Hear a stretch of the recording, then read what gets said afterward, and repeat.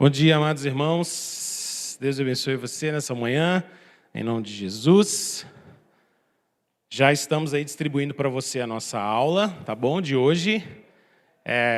Se alguém não tiver vindo na semana passada, vale então o aviso novamente, né? Nossa classe não tem uma revista, mas isso não quer dizer que nós não temos um material. Temos um material, mas que você vai receber toda semana, tá bom? Então, eu recomendo, se você quiser guardar esse material, vai ser muito legal, porque no final desse curso você vai ter pelo menos umas 15 folhas dessa aí, para você ter esse material todo completo, tá bom?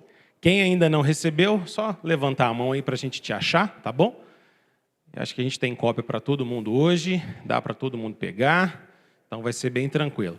E as cópias que sobrarem, eu vou, se sobrar, né? A gente vai deixar aqui na frente, caso alguém queira pegar mais alguma, não precisa sobrar não, tá, gente? Então, se você quiser levar mais alguma para casa, pode deixar. Pode pôr para mim. Aqui, ó, vai ficar em cima aqui do nosso gasofilácio.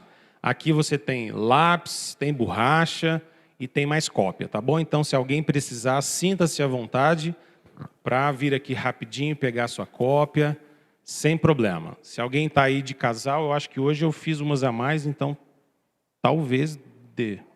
Talvez. Vamos ver. Tem mais uma derradeira. Pode pegar, Leci. Tem mais uma ali com a Mari. Então leva, pode levar. Aquela abundância toda que eu falei que tinha de cópias, agora já não tem mais, tá bom? Já passamos da abundância para a escassez. Tarde demais. Alguém ficou sem cópia nenhuma? Vocês dois? Vocês dois estão aqui na frente e ficaram sem cópia? Poxa vida, cara.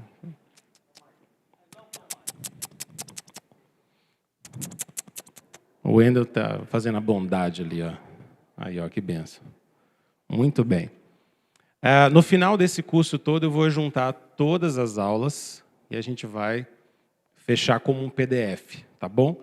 Então, a gente publica no finalzinho do curso, lá no WhatsApp da igreja, um PDF, que aí, se alguém quiser ter, vai estar tudo junto no mesmo lugar, fica mais fácil de guardar, né? Menos folha. Mas eu gosto que você tenha esse papel para você poder fazer bastante anotação, rabiscar, que vai ser muito útil aí, bem legal para você. Último aviso antes da gente já começar, eu vou passar a nossa chamada de novo. Eu quero só dar uma orientação para você rapidinho. Você vai verificar o seu nome na coluna e aqui no dia 21/8 você vai colocar uma bolinha de presença, tá bom? Se o seu nome não estiver aqui, eu vou pedir para você não incluir aqui. Eu coloquei uma folha em branco aqui no verso para você poder incluir o seu nome. Então, se o seu nome não estiver aqui, você pode colocar aqui o seu nome, beleza? Por favor, preencha para nós, não esqueça, só para a gente poder ter o controle da nossa sala, da frequência de todo mundo e por aí vai. Vamos lá então, queridos. Nossa segunda aula do nosso tema de teologia bíblica. Quem perdeu na semana passada, você pode recuperar através do YouTube. Vai estar lá a nossa aula. Essa classe aqui tem esse privilégio. Então você vai poder recuperar esse conteúdo que nós vimos. Mas hoje também eu vou fazer, e como eu vou tentar fazer em todas as aulas, a gente vai tentar fazer uma introdução sempre acumulativa, tá bom? A gente vai meio que pegar um pouco do que nós já vimos até aqui, de maneira bem resumida, para que vocês possam ter uma compreensão bem geral de tudo que a gente está estudando juntos aqui, ok? Vamos orar então, vamos pedir a graça do Senhor sobre nós nessa manhã, e aí nós já damos entrada aqui no nosso assunto de hoje. Deus, muito obrigado por essa manhã. Pedimos agora a Tua graça e a Tua bênção sobre nós, à medida que nós estudamos esse tema tão precioso da palavra do Senhor. Pedimos para que o Senhor nos abençoe, para que o Senhor abra o nosso entendimento e a nossa mente para compreendermos a verdade da Tua palavra, de uma maneira, ó Deus, que seja de fato abençoadora e edificante para o nosso coração, em nome de Jesus. Peço, Deus, por cada querido e querida aqui nessa manhã, pedindo ao Senhor que nos faça compreender mais da Tua palavra, segundo o Teu querer e segundo a Tua graça, em nome de Jesus. Amém. Amém. Muito bem, amados irmãos. Nós começamos esse curso na semana passada sobre o que nós chamamos de teologia bíblica. Se você quer uma explicação um pouquinho melhor, basta você assistir a aula da semana passada, você vai tirar algumas dúvidas. Mas eu quero só mencionar um tópico para a gente linkar com o nosso assunto de hoje. Semana passada eu disse para vocês que teologia bíblica é uma disciplina, uma matéria no mundo da teologia, em que a gente pode olhar para a Escritura, a gente pode olhar para a Bíblia através de diversos temas. Então eu posso selecionar um tema importante e olhar de Gênesis até Apocalipse como aquele tema se conecta por toda a Escritura. Eu dei até algumas sugestões de temas aqui, como o próprio reino de Deus, que nós estamos abordando, o tema das alianças, a comunhão de Deus com o seu povo, ou qualquer outro tema muito relevante. Mas, embora, como disciplina, a teologia bíblica possa ter esses vários temas, uma coisa a gente precisa ter em mente. A gente precisa ter em mente que a própria palavra de Deus, ela tem um tema dos temas, digamos assim. Ela tem o seu tema central, que é esse tema que dirige toda a história da revelação. E esse tema a gente poderia chamar de a história da redenção. A aliança de Deus com o seu povo que culmina, ou termina, ou chega no ponto mais alto da salvação do povo de Deus através da graça do próprio Deus. Ou seja, quando a gente olha para a Bíblia, nós encontramos um livro que nos conta uma grande história sobre a redenção que Deus vem derramar sobre o seu próprio povo. E aqui eu queria incluir, muito obrigado, Amaro, aqui eu queria incluir um detalhe muito importante para você refletir sobre esse assunto. Quando a gente está estudando a Bíblia dessa maneira como nós estamos fazendo, eu queria que você pensasse que nós estamos estudando a Bíblia como uma espécie de um grande drama da redenção. Pensa num teatro comigo agora por um minuto. Pensa num teatro. Imagina que você está num anfiteatro sentado agora, na poltrona, e você está olhando para frente e tem um palco diante de você, está fácil imaginar aqui, não é? E em cima desse palco uma peça vai ser encenada. Mas essa peça que vai ser encenada não é apenas uma peça qualquer, não é apenas uma pequena história, não é uma história corriqueira, é a história das histórias. É a história mais importante de todas. E essa história, esse drama que está sendo encenado nesse palco diante de você, é o drama da redenção, é o drama das Escrituras, é o drama divino, é a própria história de como Deus está redimindo o seu povo. Isso é importante porque eu queria que você compreendesse muito das nossas aulas como se nós estivéssemos lidando com atos desse teatro. A cena 1 ou o ato 1, o ato 2, o ato 3, o ato 4, até o ato final, que será a consumação de todas as coisas no dia de Jesus. Na semana passada, nós começamos a assistir esse drama, e nós assistimos o primeiro ato. O primeiro ato é o ato da criação. Deus criou todas as coisas. Mas agora, hoje, nós vamos assistir, ou vamos refletir sobre o segundo ato. E o segundo ato é o ato da queda. Como o pecado entrou na história humana e como o pecado trouxe efeitos desastrosos para a vida humana e para a vida do cosmos, do universo criado pelo grande Criador e Rei, que é o nosso Deus. Ok? Então, queria que você tivesse um pouco isso em mente para a gente poder refletir a respeito desse grande assunto juntos. Vocês viram que a nossa aula ficou mais cheia do que na semana passada, né? Estou falando do papel. O papel está mais apertado, eu tive que apertar mais coisa. Então, nós temos um bom caminho aqui, vamos tentar fazer isso. E eu tenho exatamente 60 minutos, então vamos embora. O que nós vimos até aqui, recapitulando um pouquinho do que nós vimos na semana passada, e essa primeira parte vai ser mais rápida. Na semana passada, nós conversamos especialmente sobre Gênesis 1 e 2. E nós vimos que a criação de Deus é descrita na Bíblia como um lar maravilhoso para a humanidade, ok? Nós vimos então que Deus fez a criação, Deus fez tudo o que existe, Deus fez um jardim, um lugar maravilhoso, em perfeita harmonia e intimidade com Deus.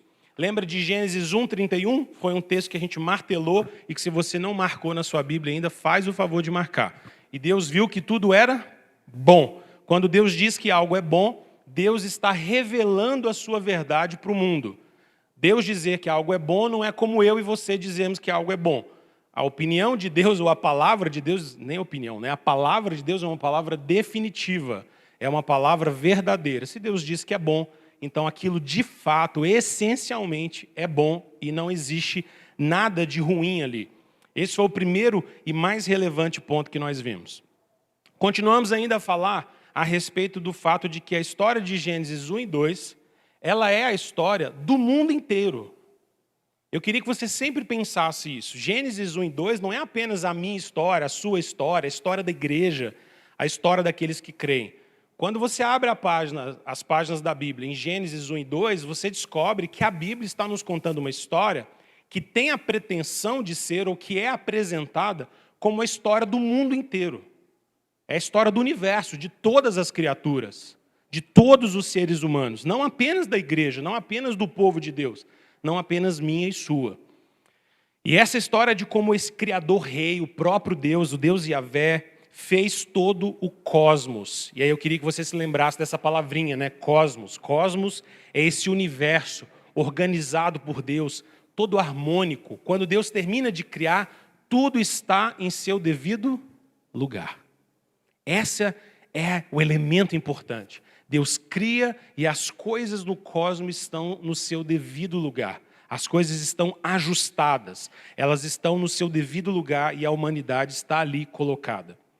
É interessante porque a narrativa da criação nos ensina algumas coisas importantes. Eu anotei 4 aí que você não pode esquecer. Isso aí é o básico para você poder sempre ler a Bíblia pensando nesses 4 pilares. Qual que é o primeiro? Deus é a fonte de toda verdade.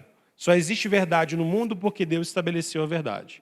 Deus é o critério da verdade. Se você tirar Deus como critério da verdade, você consegue perceber que só sobra opiniões?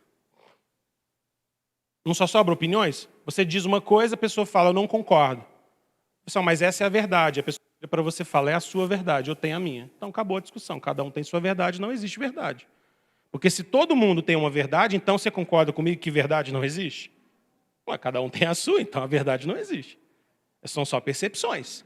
Deus é a base de qualquer afirmação, de qualquer predicado, de qualquer predicação, de qualquer verdade no mundo, Deus é a base. Se você tirar Deus, você tira tudo. Não tem como afirmar.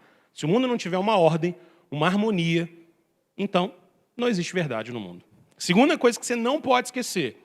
Deus é distinto da sua própria criação. A criação é um pedacinho de Deus? É isso que Gênesis 1 e 2 ensina? Deus foi arrancando pedacinhos de si mesmo e criou os mares. Deus arrancou um outro pedacinho de si mesmo e criou a lua. É assim que está lá? Não. Deus cria como?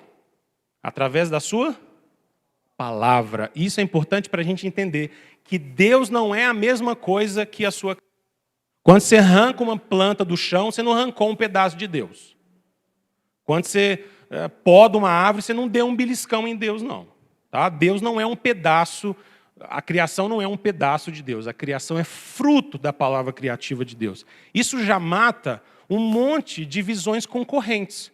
Como, por exemplo, uma visão de mundo como o panteísmo, que diz que tudo é Deus, Deus é tudo. Não, isso não pode ser verdade, porque Deus não é a sua criação. Deus é distinto, é diferente dela. Deus está aqui, a criação está ali. Terceira coisa que você não pode esquecer quando você lê a Bíblia, especialmente Gênesis 1 e 2. A humanidade é o ápice da criação de Deus. Nós vivemos num mundo hoje em que cada vez mais o ser humano é considerado menor.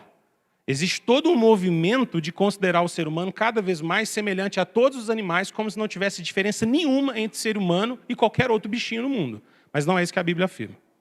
A Bíblia afirma que Deus criou o homem à sua imagem e à sua semelhança, distinto de todos os outros animais. Nós devemos amar, cuidar e zelar de todos os seres vivos. E isso faz parte da nossa cosmovisão, da nossa visão cristã de mundo.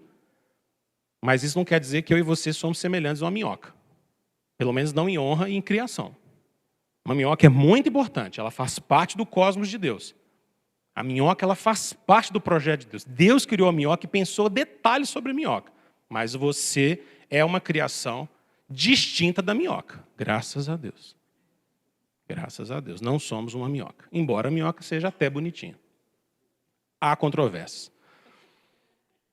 Quarto ponto. Deus se relaciona em aliança com o homem. Esse é um ponto fundamental. A gente olhar para a Escritura e perceber que o nosso Deus é um Deus de aliança. Ele fez promessas, mas ele também nos deixou advertência. Você tem no jardim uma árvore da vida. Você vai ter acesso a ela irrestrito, vida, vida eterna, vida em abundância. Mas há uma árvore do conhecimento do bem e do mal, e dela você não pode comer. Porque no dia que você comer, você vai morrer. Então, é uma aliança, percebe? Eu tenho um Deus soberano, criaturas que estão abaixo de Deus, Deus faz um pacto. Um pacto de um suzerano, de alguém que é um rei, com as suas criaturas. Nesse pacto, o próprio Deus estabelece promessas, mas também maldições por desobediência. Isso é um pacto, o pacto está lá. Cabe ao homem e à mulher, então, obedecer a Deus. Deus fez todas as coisas por intermédio da sua palavra, Ele sustenta todo mundo por meio dela, e Ele é adorado por ser o grande criador de todas as coisas. Deus é o grande criador. Apocalipse, capítulo de número 4, versículo 11, dá para colocar para mim, Maia? Apocalipse 4, 11, vai aparecer aqui na tela para nós. É um texto que nos lembra, lá em Apocalipse, de como Deus é adorado por ser o Criador de todas as coisas. Ele é o Criador. E a adoração que lhe é devida é porque Ele é esse Criador Rei que estabelece por sua palavra o seu reino, o seu domínio. Olha o que o texto diz. Tu, Senhor e Deus nosso, és digno de receber a glória, a honra e o poder. Preste atenção na segunda parte. Por quê? Porque criaste todas as coisas e por tua vontade elas existem e foram criadas. Deus é digno de honra, de louvor, de adoração. Por quê? Porque Ele criou tudo. Porque Ele é o supremo Criador. Entende o que Gênesis 1 e 2 então está nos ensinando?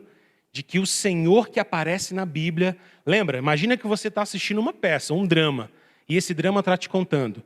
Deus é o Criador Supremo e Ele merece toda adoração. Ele estabeleceu o seu domínio, Ele estabeleceu o seu reino de poder. Ele governa sobre todas as coisas por intermédio da sua palavra. E para a gente terminar essa recapitulação, nós terminamos dizendo, como representantes de Deus, Deus colocou Adão e Eva naquele jardim para que eles pudessem governar sobre a criação como vice-regentes da criação de Deus. Lembra? Multiplicai-vos, enchei a terra e dominai sobre ela. Nós lemos isso lá em Gênesis 1, 26, 27 e 28. Lemos isso, por exemplo, em Gênesis 2, versículo de número 15. Deus colocou o homem no jardim para cultivar e guardar. Cultivar e guardar. Cultivar é desenvolver, não é? E guardar, proteger. Esse era o papel de Adão e esse era o papel de Eva. Cultivar a criação de Deus e proteger a criação de Deus. Então vamos entender o que está acontecendo aqui? A gente tem um Deus criador que é rei sobre todas as coisas. Ele governa sobre todas as coisas. Salmo 103, 19, que nós lemos na semana passada. Ele é o grande rei. E agora esse grande rei, ele estabelece o seu reino. Na semana passada eu falei para vocês que para a gente ter um reino estabelecido, a gente precisa de 3 coisas, não é? Eu preciso do próprio rei e da sua palavra dirigindo esse reino, tem que ter uma ordem, não tem? Eu preciso de um lugar de governo, o lugar de governo desse rei, o mundo, em especial o Jardim do Éden, e eu preciso de um povo governado. Quem que representa o povo governado aqui em Gênesis 1 e 2? Adão e Eva. O reino de Deus está estabelecido. Mas agora Deus coloca Adão e Eva com uma incumbência, um papel, com uma responsabilidade. Governe sobre a minha criação. Lembra do que eu tinha dito sobre ser imagem e semelhança? Deus fez Adão e Eva imagem e semelhança dele para que eles pudessem representar Deus no jardim. Eles tinham que tomar conta, liderar, governar, estabelecer domínio sobre a criação. Muito bem. Tudo isso agora para a gente poder entrar em Gênesis capítulo de número 3.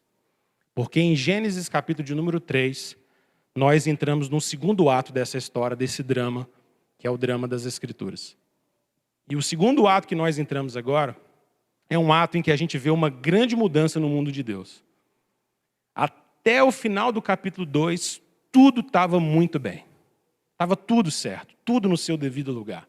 Adão e Eva estavam cumprindo o seu papel. Deus andava no jardim na viração do dia.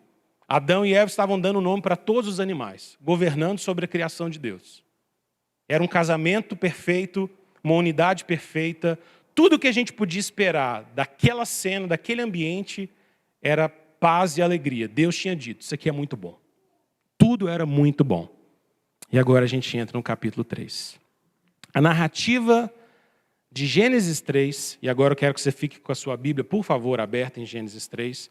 Essa narrativa começa a mostrar para nós uma grande insinuação satânica, uma grande insinuação do mal, das trevas, de que a palavra de Deus não era uma autoridade absoluta. A palavra de Deus era uma palavra que podia ser contestada, uma palavra que podia ser desafiada, porque no final das contas, Deus não seria a verdadeira fonte da verdade. Isso é o que vai acontecer em Gênesis 3. Eu queria que você entendesse o seguinte. Até Gênesis 2, a palavra de Deus não era contestada e ela não poderia ser contestada, porque é a palavra de um grande rei, não é? Ele é o rei. E ele disse. E o que ele disse está dito. E o que ele disse não pode ser contestado. Porque vai ser contestado por quem? Por criaturas? Mas as criaturas são inferiores a ele. Não existe ninguém nesse jardim que esteja no mesmo pé de igualdade de Deus para questioná-lo. Percebe isso?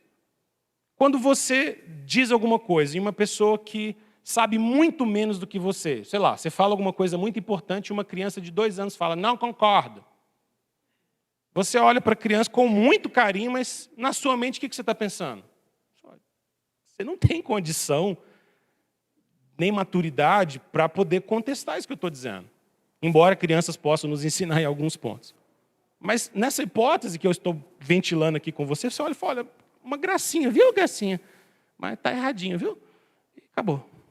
Porque não tem como contestar. Agora imagine a distância de Deus para as suas criaturas. A nossa distância para uma criança são alguns anos. A distância de Deus para as suas criaturas é infinita. É infinita. Ninguém nesse jardim podia contestar Deus. O que Deus disse é verdade. E a verdade não pode ser contestada. Mas é exatamente isso que acontece. Eu queria que você visse comigo algumas coisas importantes aqui. Olha como é que a história começa para nós. A história começa dizendo que existia, eu estou lá em Gênesis 3:1, mas a serpente mais sagaz que todos os animais selváticos que o Senhor Deus tinha feito, disse à mulher. E agora a serpente entra na história com uma conversa.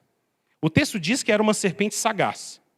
E é interessante porque Gênesis 3 não deixa muito claro para nós ainda quem é essa serpente. A gente precisa de mais conteúdo revelacional na palavra de Deus para entender quem é essa serpente. Por exemplo, abra sua Bíblia correndo comigo lá em Apocalipse 12. Olha só que interessante.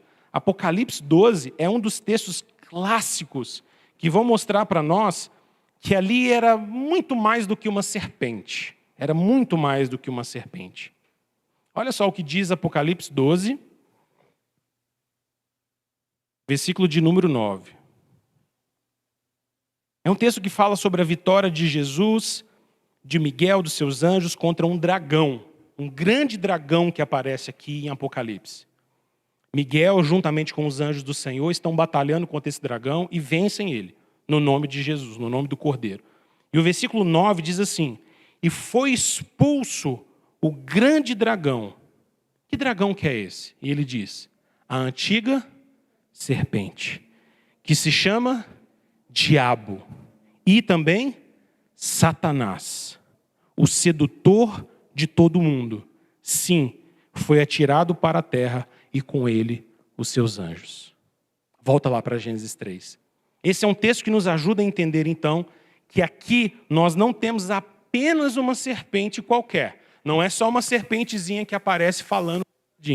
Essa serpente, a própria Escritura nos vai dizer mais tarde, é o próprio sedutor de todo mundo.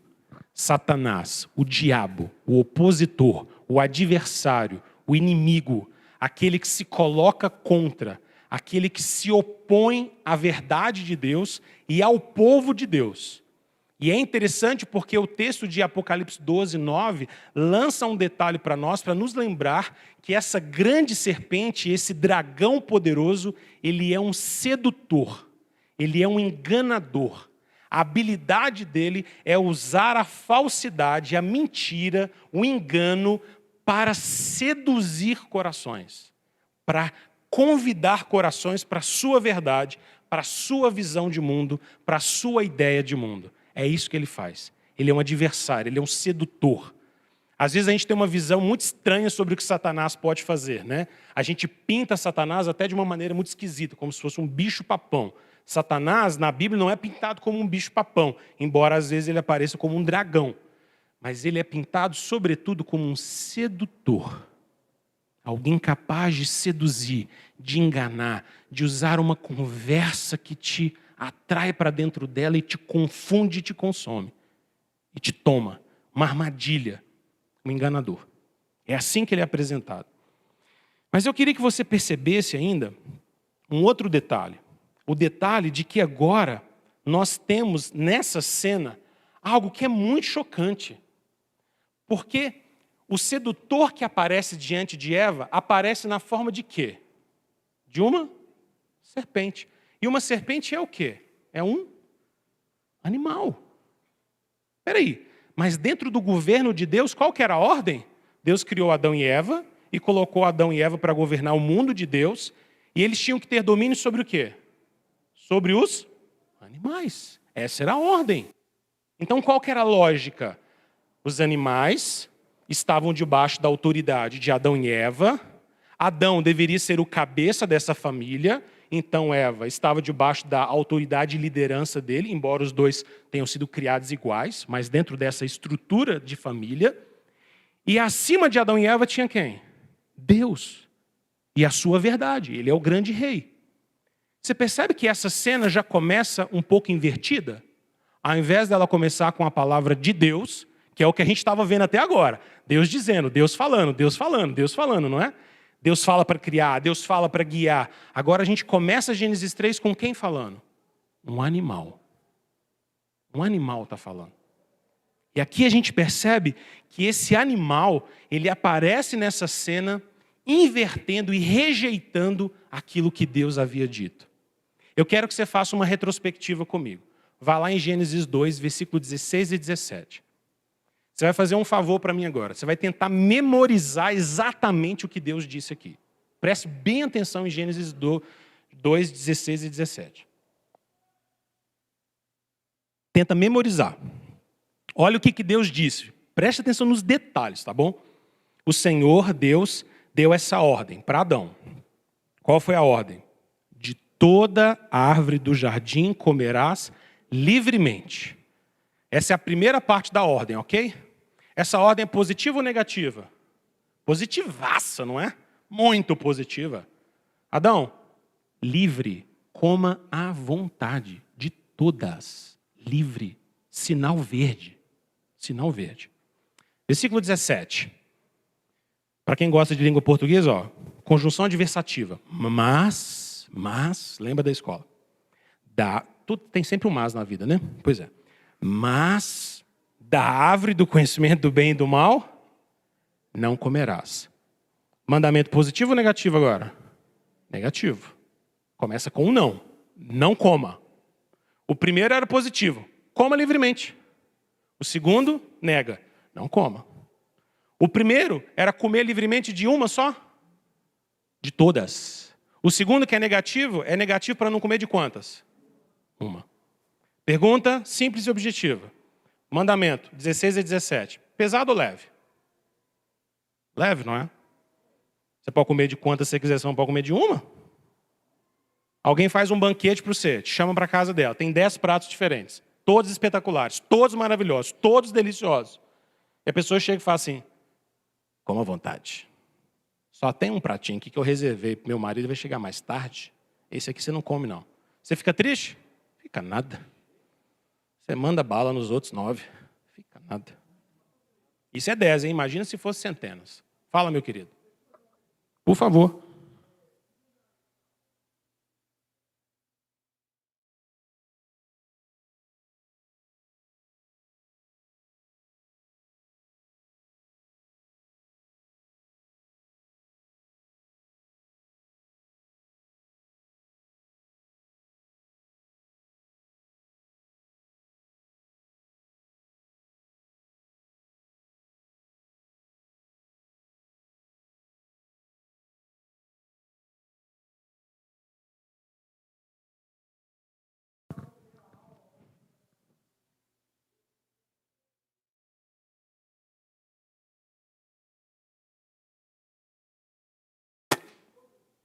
Perfeito. Sua pergunta é ótima.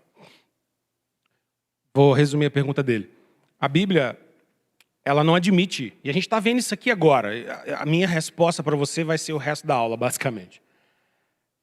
Como a gente está vendo, aparece aqui agora o que a gente poderia chamar de uma antítese, de uma controvérsia, de uma posição conflitante.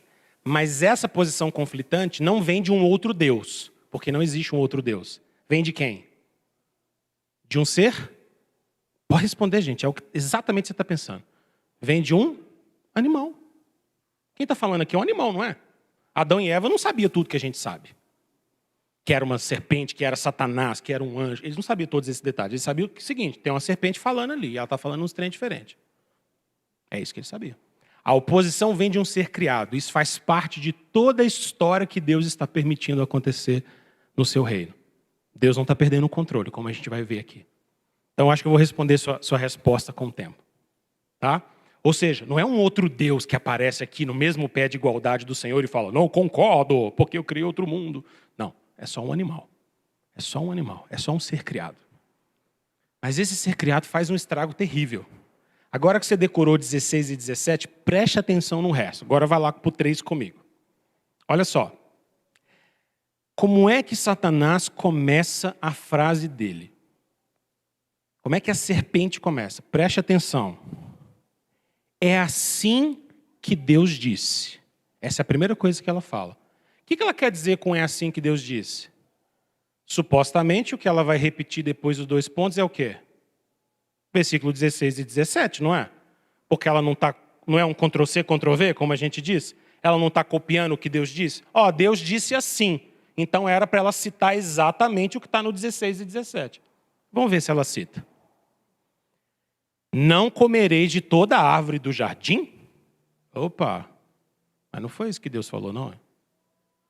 A pergunta da serpente é assim. Deus falou que vocês não podem comer de nenhuma árvore, né? Mas Deus não falou isso, não. Versículo 16, Deus falou o contrário. Deus falou, coma de todas livremente.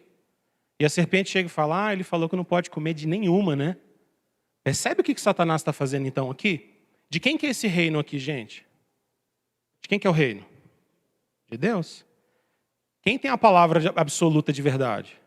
Deus. O que a serpente está fazendo com a palavra do rei? Está distorcendo, não está? Não, Deus falou que vocês não podem comer de nenhuma, né? Aí Eva representante do reino, não é? Ela é representante do rei. Vamos ver o que Eva vai responder para a serpente. Eva começa bem pra caramba. Respondeu a mulher, do fruto das árvores do jardim podemos comer. Estou pensando na entonação que talvez ela tenha usado. Só pensando. Do fruto das árvores do jardim podemos comer. Mas do fruto da árvore que está no meio do jardim, disse Deus, dele não comereis, nem tocareis, para que não morrais. O início da resposta é boa, não é? Se fosse colocar numa versão mineira, era tipo a Eva respondendo assim, não é isso aí não. Deus falou que do fruto das árvores do jardim nós podemos comer, Foi o que ele falou. Você está viajando, serpente. Primeiro que serpente não devia nem estar falando. E segundo que o que você está falando não está prestando, não. Se fosse bem mineiro, a conversa ia ser nesse tom. Você está falando não presta, não. Só que quando a Eva vai para a segunda parte da resposta dela, aí entra um detalhe que a gente percebe que, de alguma maneira, o coração de Eva começa a ser afetado por tudo isso que está acontecendo aqui. Porque Eva disse assim, sobre a árvore que está no meio do jardim, a árvore do conhecimento, Deus disse para a gente nem comer, nem tocar. Confere o 16 e o 17. Tem negócio de tocar lá? Tem não. Aí Eva aumentou esse detalhe aí, não? Aumentou. Só que esse detalhe que Eva aumentou, fez o que com o mandamento de Deus? Ficou mais fácil ou mais difícil?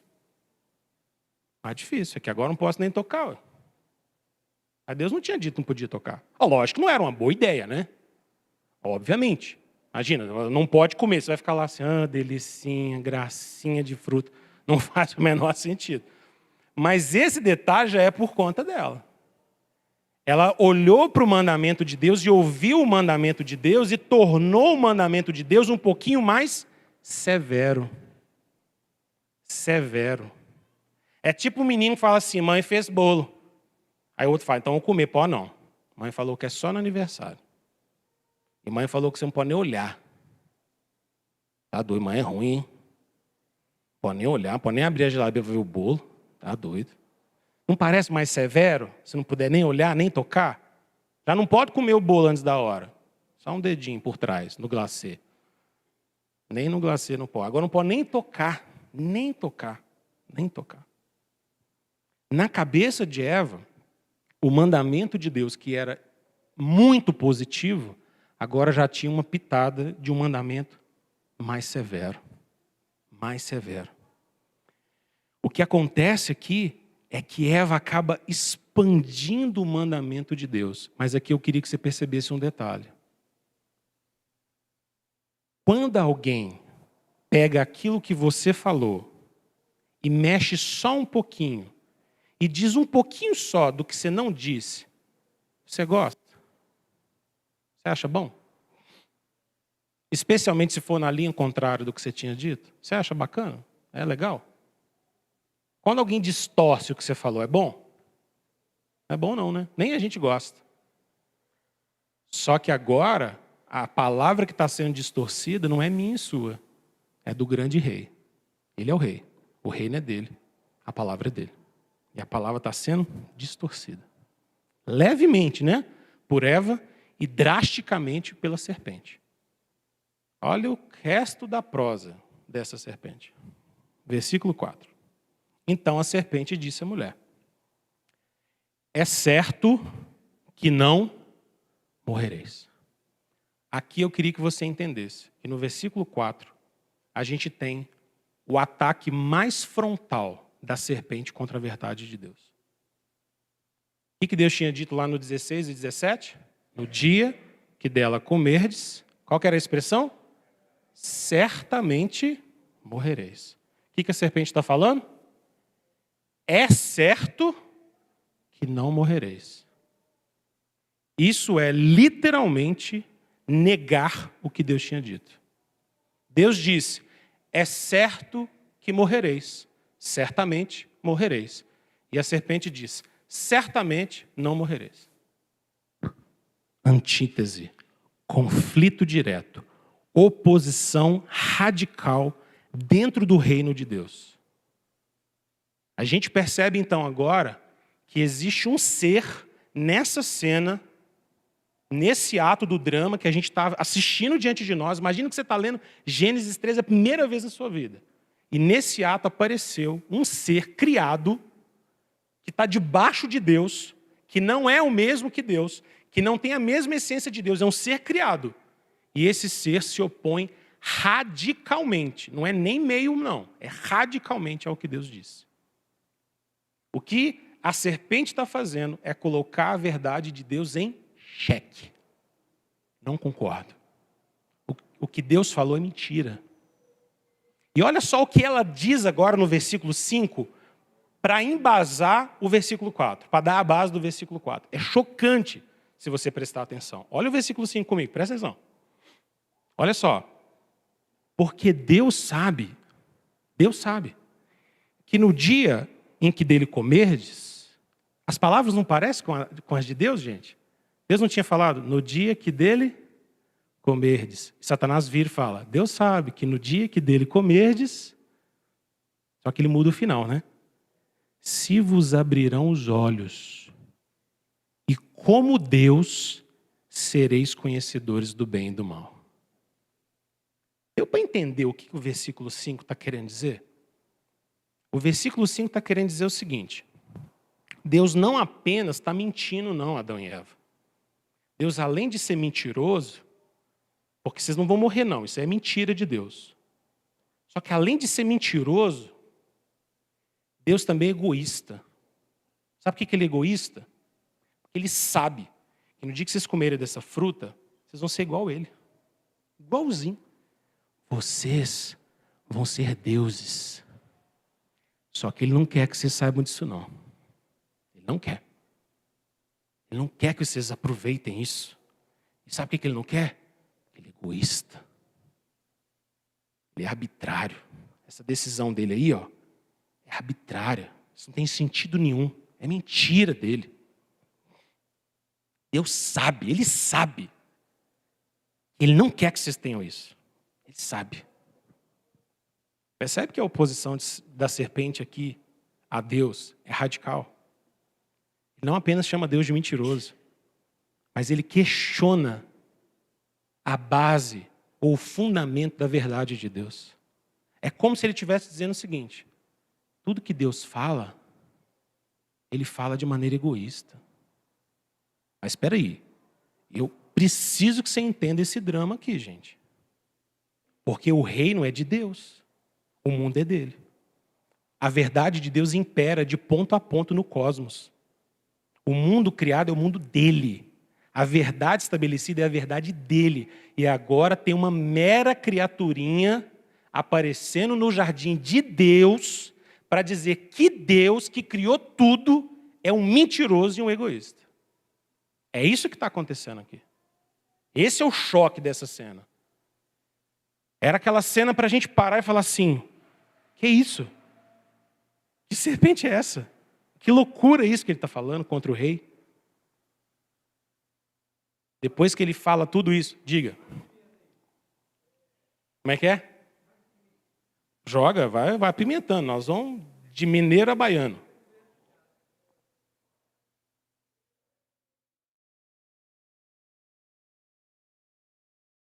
Sem dúvida, sem dúvida.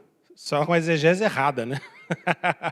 É a primeira interpretação do que Deus diz, e é uma interpretação errada. É verdade. É a primeira. Exegese é uma palavra para análise do texto e interpretação, né? É a primeira interpretação errada da Bíblia. É verdade. É a primeira pessoa pegando o que Deus disse e falando assim: não é bem isso, não. É outra coisa. O que acontece com Eva no versículo 6? Vendo a mulher que a árvore era boa para se comer, agradável aos olhos, e árvore desejável para dar entendimento, tomou-lhe do fruto, e comeu e deu também ao marido, e ele comeu. Agora a pergunta. O texto diz, versículo 6, que Eva viu que a árvore era boa para comer. Como é que ela sabia? Nunca tinha comido? Não é? Mas o texto não diz que o fruto era bonito. Engraçado que todas as cenas que a gente vê de desenho animado até propaganda, o fruto é lindo, não é? Mas a Bíblia não fala que é lindo. E se fosse uma jaca? Jaca não é bonita.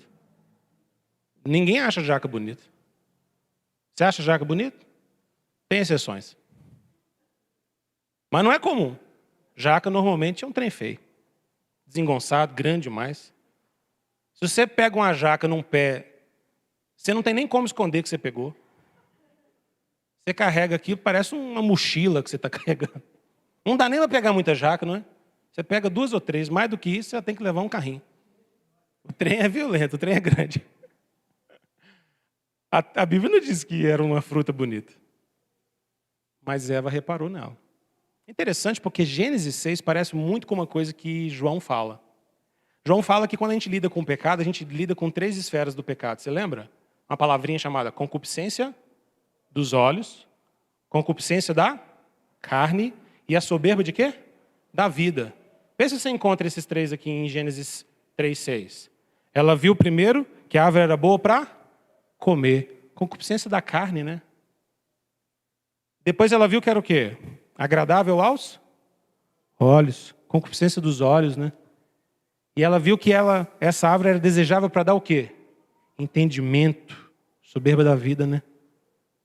Esses 3 processos estão acontecendo aqui. O desejo da carne, ou concupiscência, o desejo dos olhos e a soberba da vida. Porque o que a serpente tinha falado? O que Deus está escondendo de você, Eva, é que quando você comer, e Adão também, vocês serão como Deus. Nossa, que proposta, hein? Ser como Deus. Você pode pensar, eu nunca quis ser como Deus. Será mesmo? Todas as vezes que eu e você achamos que a gente pode dominar o tempo todinho, a gente não está querendo ser como Deus? Todas as vezes que a gente acha que a gente resolve tudo na nossa força, no nosso braço, a gente não está querendo ser poderoso igual Deus? Todas as vezes que você quer controlar o futuro de todo mundo à sua volta que você ama, você não está querendo ser onisciente igual Deus? Esse negócio de querer ser igual Deus faz parte da natureza do pecado. Essa era a proposta da serpente e foi nessa armadilha que Eva caiu. O resto da história você sabe. Eles comeram e agora a gente entra na seção que eu chamei de queda. Ao comer do fruto do bem e do mal, Adão e Eva se tornariam conhecedores do bem e do mal, é verdade. Isso acontece mesmo. Mas eles se tornam conhecedores do bem e do mal em que sentido? No sentido da rebeldia. Lembra de Gênesis 3, versículo 22? Então disse o Senhor Deus, eis que o homem se tornou como um de nós, conhecedor do bem e do mal. Só que assim que ele não estenda mais a mão e tome também da árvore da vida e come e vive eternamente. Acabou o acesso à árvore da vida. Deus disse, realmente, eles se tornaram conhecedores do bem e do mal, mas eles se tornaram conhecedores da maldade por qual via? A via de se enlamear com o mal. A via da rebeldia. De experimentar o mal não confiado na palavra de Deus, mas experimentar o mal por experiência própria. Eles tinham a possibilidade de experimentar ou de saber do mal através da palavra de Deus. Deus disse, isso aqui é mal. Então como é que eu saberia e seria conhecedor do mal? Deus disse que é mal, então é mal. Então é mal. Deus falou, a palavra dele é final, ele é o grande rei, ele que governa. Mas agora eles experimentam o mal através de outra possibilidade, que é a possibilidade da experiência do mal. Só que tem um problema. Toda vez que você experimenta o mal, você se torna mal. Porque quem brinca com o mal, se enlameia com o mal. Não tem como, gente. Se você mexer com aquilo que não pode mexer, você suja com ele. Mamãe, quando eu era pequeno, falava, não mexe com fogo, não. Porque menino que mexe com fogo, faz xixi na cama. Lembra dessa? Eu lembro, mamãe falava muito isso comigo.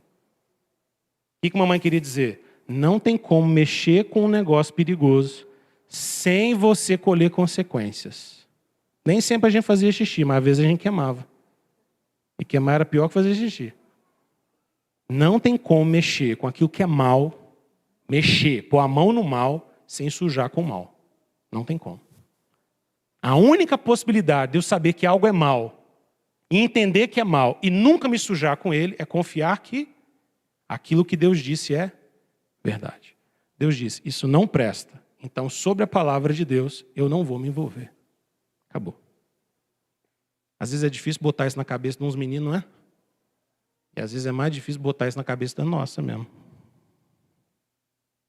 Nossa mesmo. Quem pergunta?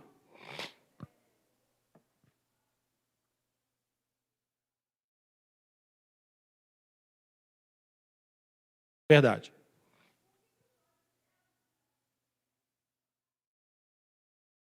Eu amo essa resposta que eu vou te dar. Essa resposta é muito boa. Porque embora Eva tenha sido criada no mesmo pé de igualdade que o homem, lembra? Gênesis 1:26 fala que Deus fez homem e mulher à imagem e semelhança. Ela tinha a mesma honra, mesma sabedoria, mesma inteligência. A mulher não é nada inferior ao homem. Absolutamente nada. Nenhuma vírgula, nenhum detalhe. Nada. Ela é idêntica ao homem em honra e em pessoalidade. Todas as mulheres são, todos nós somos iguais diante do Senhor. Homem e mulher os fez à sua imagem e semelhança. Mas, Deus colocou o homem para ser cabeça desse relacionamento. Deus criou o homem primeiro e criou Eva para ser sua auxiliadora idônea, para partilhar do mesmo mandato que ele recebeu. Cabia ao homem uma responsabilidade sobre o jardim. O que acontece em Gênesis 3 é uma inversão. Lembra da ordem? Criador, Adão, Eva, criaturas. O que acontece em Gênesis 3? Criatura, Eva, Adão, Deus. Exatamente isso que Satanás faz. Inverter o esquema de Deus. A ordem de Deus foi invertida. Por que tudo não acontece logo quando ela come? Porque tudo acontece logo quando ele come. Interessante que Romanos 5, esse negócio, às vezes a gente acha que a autoridade do homem é só uma coisa muito boa, né? Nem sempre. A quem muito é dado, muito é cobrado. Lembra de Romanos 5? Romanos 5 diz que o pecado entrou no mundo através de uma mulher. Não. Através de um só homem, o pecado entrou no mundo. Adão é o responsável. A bronca era dele. Deus tinha dito para ele primeiro, lembra que a ordem que está lá no capítulo de número 2, versículos 16 e 17, era antes de criar a mulher ou depois de criar a mulher? Antes. Deus falou então primeiro com quem? Com ele. Subentende-se a lógica que ele tinha que falar com quem? Com ela. E agora, ele come do fruto da mão dela e o desastre acontece. O desastre acontece por causa do pecado dos dois, por causa da responsabilidade. Interessante que, para provar isso que nós estamos dizendo, quando Deus chega no jardim para poder pedir prestação de contas, Deus chama quem primeiro? Adão. Quem muito é dado, muito é cobrado. Deus não chega no jardim e fala, Eva, ô Eva, e aí? Não, Deus fala, Adão, aconteceu, filho? Qual que era a resposta que Adão tinha que dar? Vamos imaginar. O que seria o ideal? Não. Essa aí mais ou menos é o que ele fala. Ele fala mais ou menos isso aí. Qual que é a resposta que ele tinha que falar? Deus, tinha uma serpente assanhada aí, falando umas bobagens. Eu dei uma cacetada nela, viu? Tá mortinha ali no canto ali. Não, falou contra o Senhor, eu apelei na hora. Fala de tudo, menos de Deus. Tipo menino com mãe, né? Fala qualquer coisa, menos da minha mãe. Não fala de Deus, não. Desci a pancada nela, tá mortinha.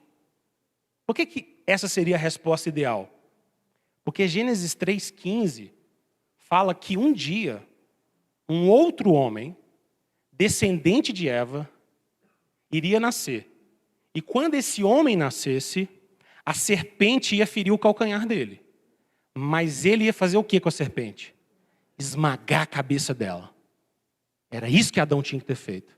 Porque ele não fez, Deus teve que chamar um outro homem. E essa é a esperança que aparece aqui em Gênesis 3. Mas essa cena, esse ato, é só mais para frente. Só mais para frente. Vai ter que vir um outro homem para esmagar a cabeça da serpente, porque Adão não fez isso. Era para dar uma paulada. Ela caía no chão e... Miserável, vai falar mentira lá fora. Aqui não. Mas ele não fez isso. Ele não fez isso. É interessante porque agora os vice-regentes de Deus, que tinham a responsabilidade de dominar sobre a criação de Deus, eles acertaram ou eles falharam? Eles falharam. Espera aí, não era para Adão e Eva dominarem sobre os animais? Mas nessa cena tem um animal fazendo o quê? Dominando, não tem? Sabe uma coisa interessante? A palavra de Deus, a verdade da palavra de Deus passou a ser questionada por criaturas e desobedecida por criaturas dentro do reino de Deus. Dentro do reino dele. Adão e Eva acabaram se sujeitando à astúcia, só que também à autoridade da serpente. Eu queria que você percebesse o nível da armadilha da serpente aqui. Quando Adão e Eva pecam querendo ser autônomos, querendo ser como Deus, sabe o que acontece com eles? Eles se tornam livres no final das contas? Não, eles só mudam de Senhor. Em vez de ter Deus agora sobre eles como palavra de verdade, quem que fica sobre eles como palavra de verdade? A serpente. Eles continuam sendo servos, só que agora eles são servos de um rei mau. De um rei usurpador, de um rei mentiroso. Agora Satanás conseguiu 2 súditos para esse reino parasitário dele. Por que é um reino parasitário? Porque o mundo não é dele, o povo não é dele, e ele não tem autoridade. Mas ele mente e cria uma autoridade mentirosa. Ele consegue enganar o povo de Deus. Ele passa a governar no mundo de Deus. O reino dele não é legítimo. O reino dele é parasitário. Ele é um usurpador. Ele quer o trono de Deus. O povo de Deus, no mundo de Deus, a autoridade de Deus. Você entendeu isso que está acontecendo? Não é chocante? Todas as vezes que a gente age em rebeldia, a gente acha que a gente está sendo livre, mas na verdade, a gente só está trocando de senhor. Só trocando de senhor. Porque agora, eles obedeceram, em vez da palavra de Deus, obedeceram a palavra de um animal. E o mais chocante de tudo isso é porque Deus tinha dito para Adão e Eva: vocês são reis sobre os animais. E agora tem um animal sendo rei sobre Adão e Eva. É uma inversão. Chocante, terrível, conflitante. Qual que é a primeira consequência? Gênesis 3, 7 e 8. Abriram-se os olhos de ambos e perceberam que estavam nus, cozeram folhas de figueira e fizeram cintas para si. Quando ouviram a voz de Deus que andava no jardim pela viração do dia, esconderam-se da presença do Senhor Deus, o homem e a sua mulher, por entre as árvores do jardim. Essa expressão, a voz de Deus, Deus que andava no jardim na viração do dia, dá a ideia, no texto bíblico, de que andar no jardim na viração do dia era algo que Deus costumeiramente fazia. Essa cena era uma cena que Adão e Eva já estavam acostumados a ouvir a voz de Deus e a saber que Deus estava ali. Pensa comigo numa imagem que é muito conhecida para quem tem filho como eu. O menino acorda de noite com medo, chorando. Qual voz que ele gosta de ouvir? Do pai ou da mãe, via de regra, ou da vovó, ou de alguém que ele tem muito carinho, não é? E quando a gente abraça o menininho ou a menininha que está chorando de noite, o que a gente fala? Mamãe está aqui, papai está aqui, vovó está aqui, não é? A voz é doce, é agradável. Só que agora, o texto diz que Adão e Eva ouviram a voz de Deus e eles sentiram o quê? Medo. Medo? Não faz sentido. Você consegue imaginar comigo? Tenta imaginar aí. Que a voz de Deus ressoando no jardim deveria ser o som mais doce, encantador, melódico e perfeito que alguém jamais poderia ter ouvido. Imagina o som mais lindo que você já ouviu na sua vida. Não chega nem perto. Só que agora Adão e Eva ouviram essa voz, esse som, e eles ficaram com medo. Pavor, desespero no coração. Medo, medo, medo, medo profundo no coração. Isso é fruto de quê que está acontecendo aqui? O pecado entrando no mundo, não é?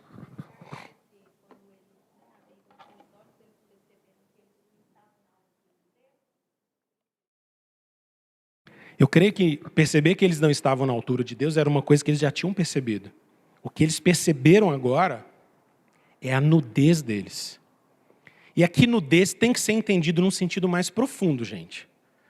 Porque eles não só perceberam, oh, tô pelado aqui, meu Deus do céu. Não é essa cena que a gente está vendo. Tá? Não é isso aí.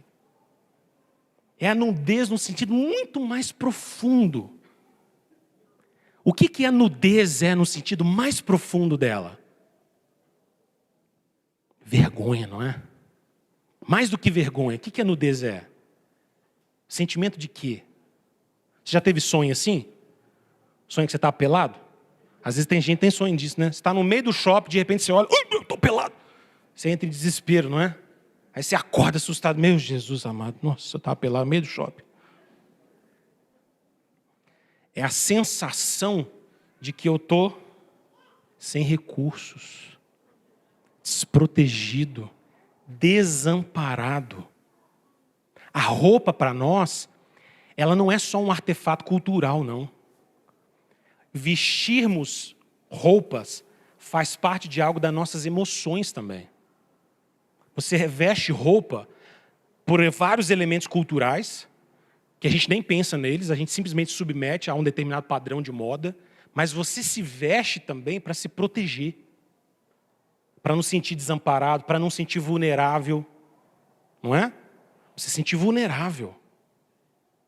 Quando você vai num lugar, por exemplo, numa roça, aí você vai de shortão e descalço, se tiver muito mato, muito espinho, o que você normalmente faz? Não, vamos pôr uma bota põe uma calça, uma meia mais alta, a não ser que você seja marinheiro de primeira roça.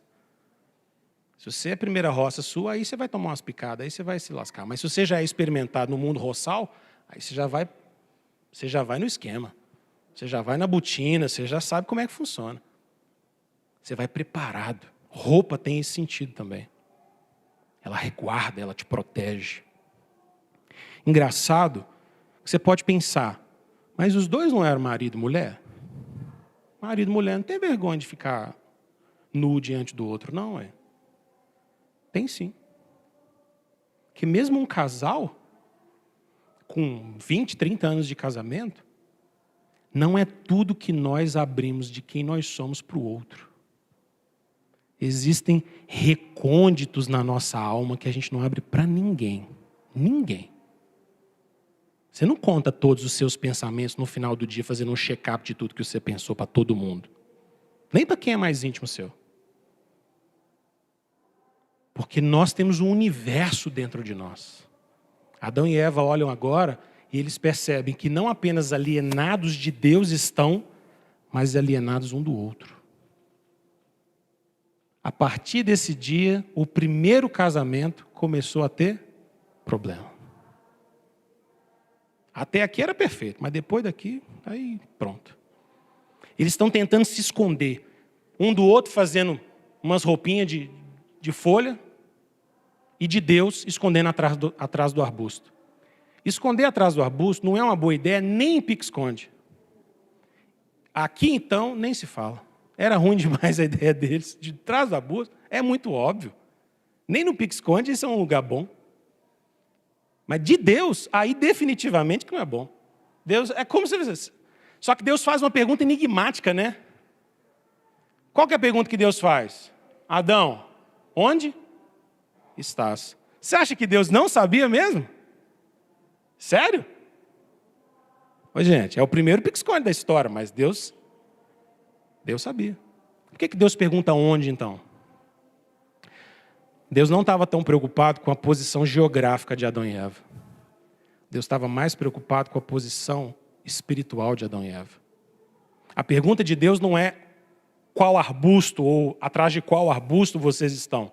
A pergunta de Deus é, por que é que vocês estão atrás de um arbusto?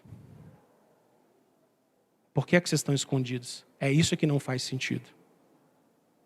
É isso que não faz sentido. Eles estão alienados. Agora havia uma confusão na relação de Adão e Eva com o seu Criador, que não era mais marcado por amor e confiança. Eu estou no final da sessão queda. Veja o tanto que eu estou atrasado.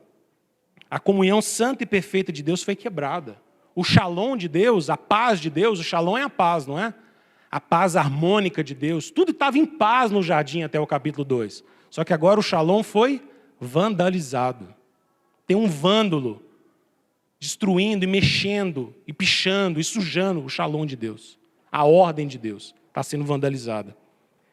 Qual que é o juízo então? Adão e Eva agora não lidam bem com a sua responsabilidade, versículos 12 e 13. Adão diz, a mulher que o Senhor me deu, ela me deu da árvore e eu comi. E a resposta da Eva?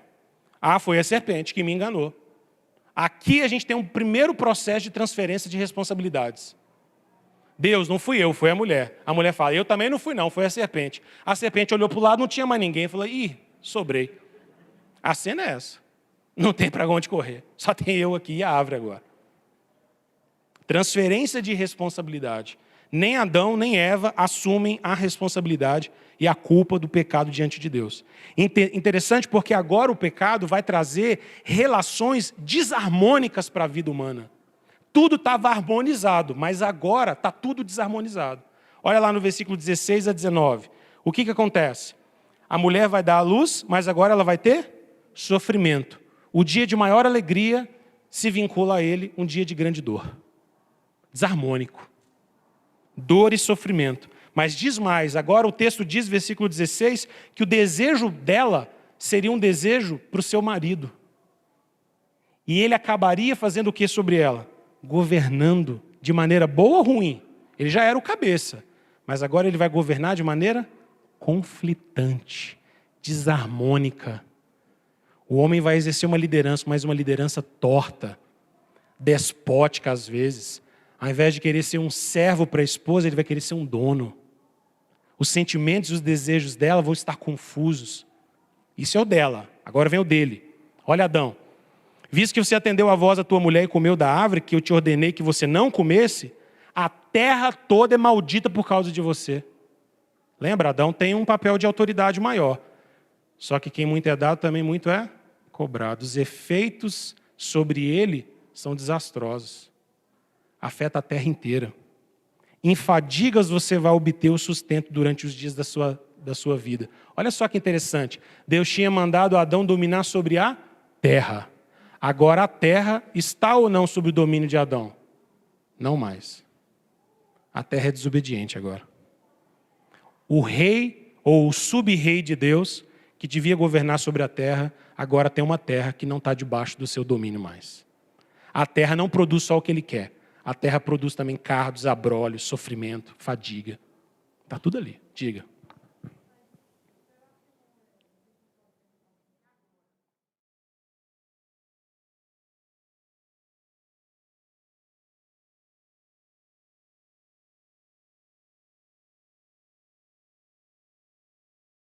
Sim, sem dúvida. Janete perguntou, Adão não vai ser de alguma maneira alguém tentando imitar Deus no domínio dele sobre a mulher? Muitas vezes sim. Ele vai achar que ele é um reizinho, né? Vai sim. Os relacionamentos serão conflitantes. O homem com a mulher com o homem. O desejo dela será para o seu marido, mas ele te governará. O homem vai ter um relacionamento conflitante com a terra. A terra não vai ser tão bondosa mais. A relação do homem com o trabalho vai ser uma relação cheia de ambivalências, de alegrias e de tristezas. Todo mundo aqui que tem um trabalho sabe que o seu trabalho tem alegria e tem tristeza. Se você não sabe ainda, vai saber. E tem sempre um negocinho lá diferente no trabalho. Tem sempre um negocinho que não é tão bom assim. E o que acontece no final das contas, gente? A morte entra no mundo e a comunhão de Deus com a humanidade acaba sendo afetada. Adão e Eva são expulsos do jardim, versículos 23 e 24. E assim termina o capítulo 3. Um anjo é colocado na porta, eles não podem mais entrar, tem uma espada que impede e eles não têm mais acesso. A partir de Gênesis 4, o que a gente encontra? A maldade alastrando pelo mundo. Gênesis 4 é a prova para nós de que o pecado entrou de vez no mundo, não é?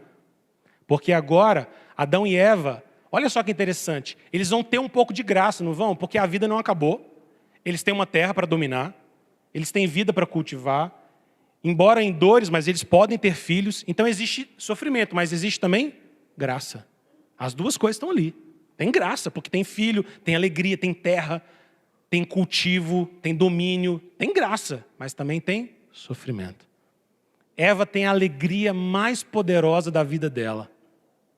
Ela vê a esperança renascer quando ela tem 2 filhos, Caim e Abel. A esperança renasceu na casa dos vice-regentes de Deus. Quando Eva bateu o olho naqueles meninos, e Eva foi a primeira mulher a parir sem parteira, pariu sozinha, porque não tinha ninguém para ajudar, só Adão. E ela dá à luz àqueles meninos, e a sensação é de que existe esperança. A vida não acabou. A gente tem filhos. São os primeiros meninos do mundo, gente. Coisa linda. Não dava nem para comparar. Se fosse feio, podia falar que era bonito. Porque não tinha referencial. Isso é bom demais. Hoje tem referencial. Você tem que ter uns meninos bonitos, senão compara. Naquela época, só podia comparar com Caim. E a Caim com Abel, Abel com Caim. Mas não tinha mais ninguém. Não tinha como falar assim, filha de Terezinha que mora ali na parte 2 do jardim, tem uns meninos tão bonitos. Não tinha. Não tinha. Era só Eva. E os meninos de Eva. Só que o que acontece na esperança da primeira família? Morte. Você já parou para pensar que o primeiro assassinato da história humana acontece dentro de uma família? Isso é chocante, não é? Dentro de uma família, dentro de uma casa. Dentro de uma casa. Um irmão tira a vida do outro. Dali em diante, o que acontece? Caim é expulso e ele monta a própria cidade dele, não é? E a cidade de Caim era boa? Era boa, não. Se você ler no capítulo 4, 17 a 24, você vai ver que lá eles matavam uma pessoa só por pisar no pé dele. Dali em diante, gente, a cidade de Caim, Babel, Sodoma, Gomorra, o Egito, Canaã, Babilônia, Roma, vão sempre representar o ajuntamento da maldade humana. O que aconteceu? Existe um reino, ou um falso reino, dentro do reino de Deus. Um reino parasitário. E ele está só crescendo. Ele cresce tanto, mas cresce tanto, que quando a gente chega no capítulo 6, Deus vê o quê? A maldade dos homens chegou ao limite. Lembra de Gênesis 6? Eu já passei do horário, eu só vou terminar aqui para você poder ir embora feliz. Viu o Senhor que a maldade do homem havia se multiplicado na terra e que era continuamente mal todo o desígnio do seu coração. Deus viu que a maldade tinha se alastrado. O que está acontecendo com o reino de Satanás? Está crescendo ou diminuindo? Está só crescendo. Só crescendo. Gênesis 6, então, Deus faz um lembrete para a humanidade. Embora o reino das trevas esteja crescendo, quem é o grande rei? Sou eu. Deus diz. Eu estou assentado sobre o dilúvio. Salmo 29. Eu estou assentado sobre o dilúvio.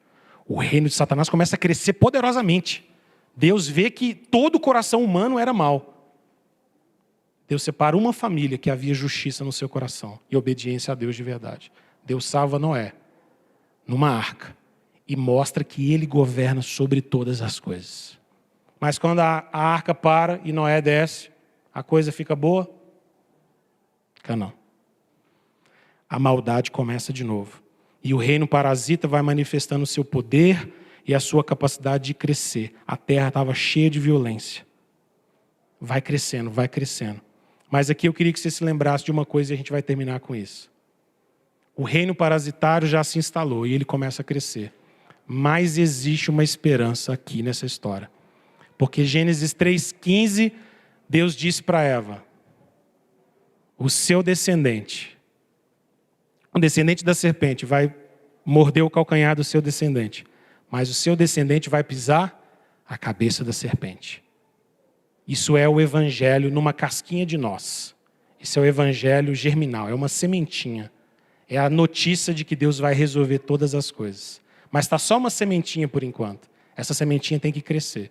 Gênesis 3:21, Deus também disse algo extraordinário. Lembra que Adão e Eva tinham feito uma roupinha de folha? O que Deus faz? Gênesis 3:21. Deus traz para eles uma roupa feita de quê? Pele de animal. Onde que Deus arrumou essa pele, gente? De um animal, não foi? Um animal teve que morrer para cobrir a vergonha do pecado de Adão e Eva. Porque como lembra a Escritura lá no Novo Testamento, sem derramamento de sangue não existe remissão de pecados. Deus estava ensinando alguém que não tem nada a ver com a história de vocês, alguém que é puro, um ser que é puro, vai ter que derramar sangue para cobrir a vergonha do pecado de vocês. Isso é o evangelho numa casca de nós. É só uma sementinha. Mas mais tarde na história, João Batista ia ver Jesus chegando no Jordão e ia dizer, olha ali, aquele ali é o Cordeiro de Deus, que tira o pecado do mundo. Ele vai ter que derramar sangue para cobrir a vergonha de vocês, a minha e a sua. Cenas do nosso próximo ato. Vamos orar? Deus nos abençoe nessa manhã. Obrigado pela beleza da tua palavra, que faz tanto sentido, que é tão bela, que se conecta tanto nesse drama maravilhoso. Nos ensina a amar essa verdade e a te obedecer de todo o nosso coração. Que a gente entenda que essa história é a nossa história. A história do Senhor é a história do mundo inteiro. É a história que nós estamos incluídos nela. E o Senhor é o nosso Deus, o grande rei de toda a terra. Existe ainda um reino parasitário nesse mundo, Senhor. Desesperado porque os dias deles já acabaram. Mas assentado no trono está o Cordeiro Jesus. Ele reina sobre todas as coisas. Nós te louvamos e te bendizemos. Amém. Deus te abençoe, querido. Desculpa aí a gente ter avançado alguns minutinhos. Deus te abençoe. Se você não colocou seu nome na chamadinha, me procure aqui, por favor. Se alguém quiser mais uma aula, tem uma última aqui para você levar, ó. Uma última.